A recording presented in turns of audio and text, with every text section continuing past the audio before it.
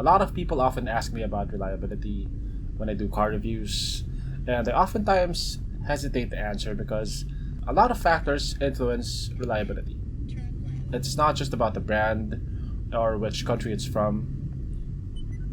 There are a lot of factors to consider. Anyway, let me talk about myself first and my experience with cars.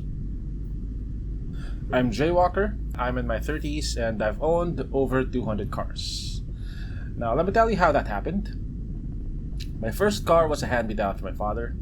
It was a 1991 Isuzu pickup. It was all manual windows, manual transmission, and manual steering. And I learned how to drive on that pickup. Every time I drove it, it felt like going to the gym. The first car that I bought with my own money was a 1976 Mercedes-Benz W123. That was the car that got me into classic Euro cars. I barely drove it, but like most of my cars, I liked looking at it. I kept it for about a year. My second car was a Mercedes-Benz 260e W124. I named her Sander, and of all the cars that I've owned, Sander is the one that I kept the longest and I spent the most money on. I kept her for more than 5 years. I had her repainted twice, I had her facelifted, I had the interior restored, and also, of course, I did the usual repairs. I loved that car. She gave me a confidence boost as well, because at that time she looked very nice, and she turned a lot of heads, and she was my baby for almost 5 years. Since I didn't want my baby to get overused, I would buy cars that I would use as a daily. I'd fix them up, and then I would sell them at a profit. So it's sort of buy and sell, but I only bought cars that I also wanted to use. I sold Sander eventually, but I would always keep at least one or two cars that I would treat as a primary or secondary girlfriend, depending on whether I was single at the time. There was Morpheus, there was Sector, and now I have Sky Blue. I always felt that I had to at least have one special car that would stay with me for a while, and I could form an emotional attachment to. So between, guessing 2012 until 2019, I would have 2 to 4 cars at a given time, 1 or 2 of which would be my long-term cars, and then the others I would keep for a few weeks to a few months.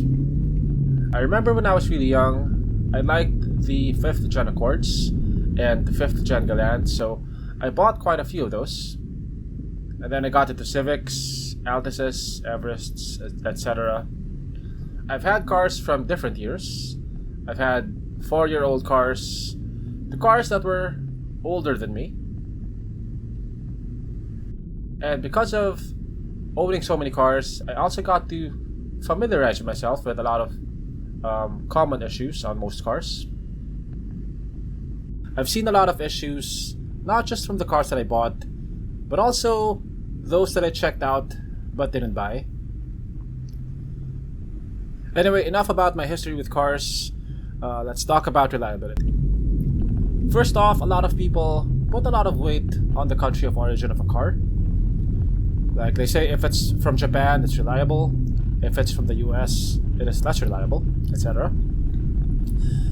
The problem with judging a vehicle by its country of origin is that most car companies nowadays are global. They have development teams from different countries. Like the most popular Toyotas here, like the Fortuner, the Innova, they're not sold in Japan, and they're not even made in Japan. The first generation Fortuner was developed in Thailand, while the second gen was developed in Australia. And a lot of the Toyotas that we get here are region specific. You won't find Fortuners and Innovas in bigger markets like the US and China. Most of Ford's vehicles here are also not built in the US, nor are they sold in the US. The Ford Ranger and the Ford Everest are developed in Australia. The US just got the Ford Ranger last year, but the Ford Everest is still not sold in the US. The Ford Territory is built in China. The only true American Fords here are the Explorer, the Expedition, and the F-150. There are also partnerships between different car brands. For example, the Mazda BT50 and the Ford Ranger were based on the same platform and even had the same interior until the Ranger was facelifted. The Chevrolet Trailblazer and the Isuzu MU-X were practically the same vehicle until just recently. So you can't tie a vehicle to just one country, because it's usually a multinational effort. So like I said, a lot of factors influence reliability. I think the most important factor is maintenance. If a car is maintained well, it will most likely last longer. I've had cars that were 3 to 4 years old, and I've had cars that were older than me, and the newer ones weren't necessarily more reliable. I've had a Toyota Altis that had 200,000 kilometers, and I've seen Altises that had 120,000 kilometers and required an engine rebuild. And I also had a Ford Everest that was still running fine with 200,000 kilometers. And number 2, the more complex a car is and the more electronic features it has, the more likely it is that something will go wrong. And by that I mean some of the features could fail, but that doesn't necessarily mean that the engine would fail. So it won't affect reliability in the sense that you won't be able to drive the car. Just that you may have to have some of the features repaired or replaced after a couple of years. If you were to ask me if I'd rather have a car that's absolutely basic and reliable, or one that's better equipped, but may need to have some of its features fixed or replaced a couple of years down the road, I think I'd rather have the better equipped car.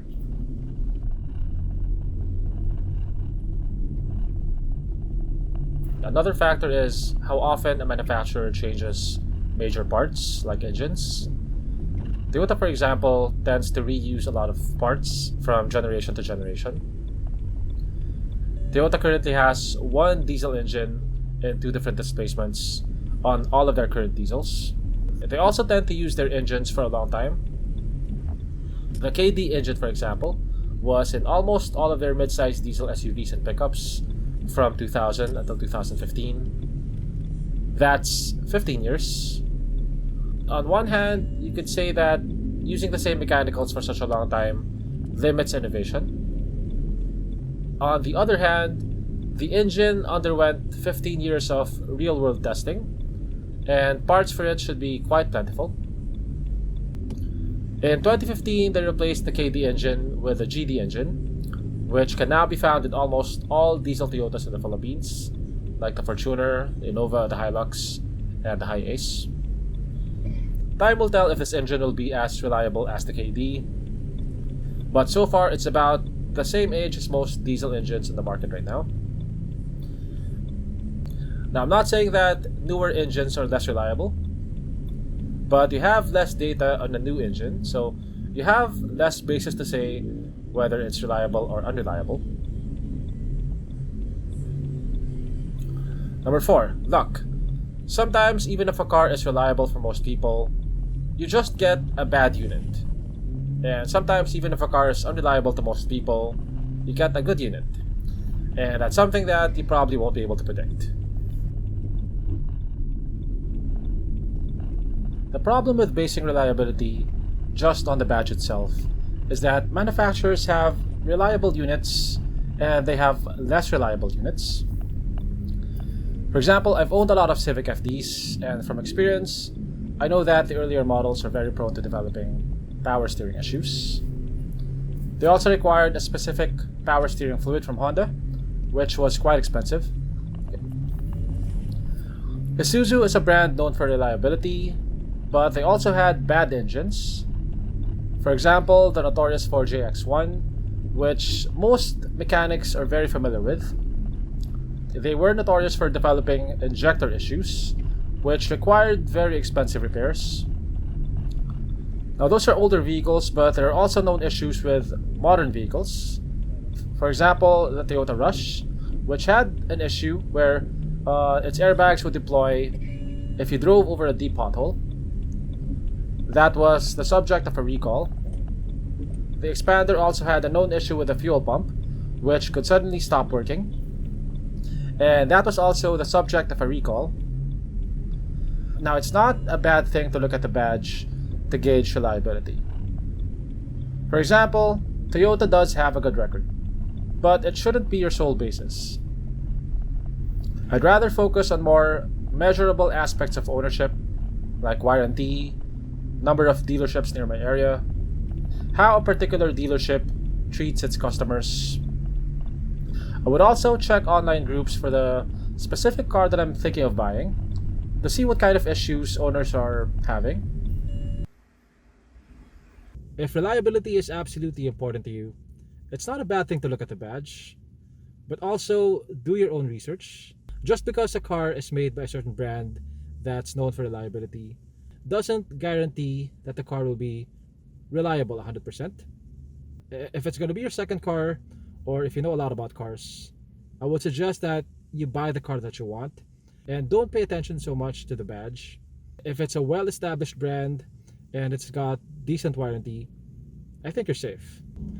Whichever car you choose to buy though, maintain it well, and in the end, that's what's going to matter the most.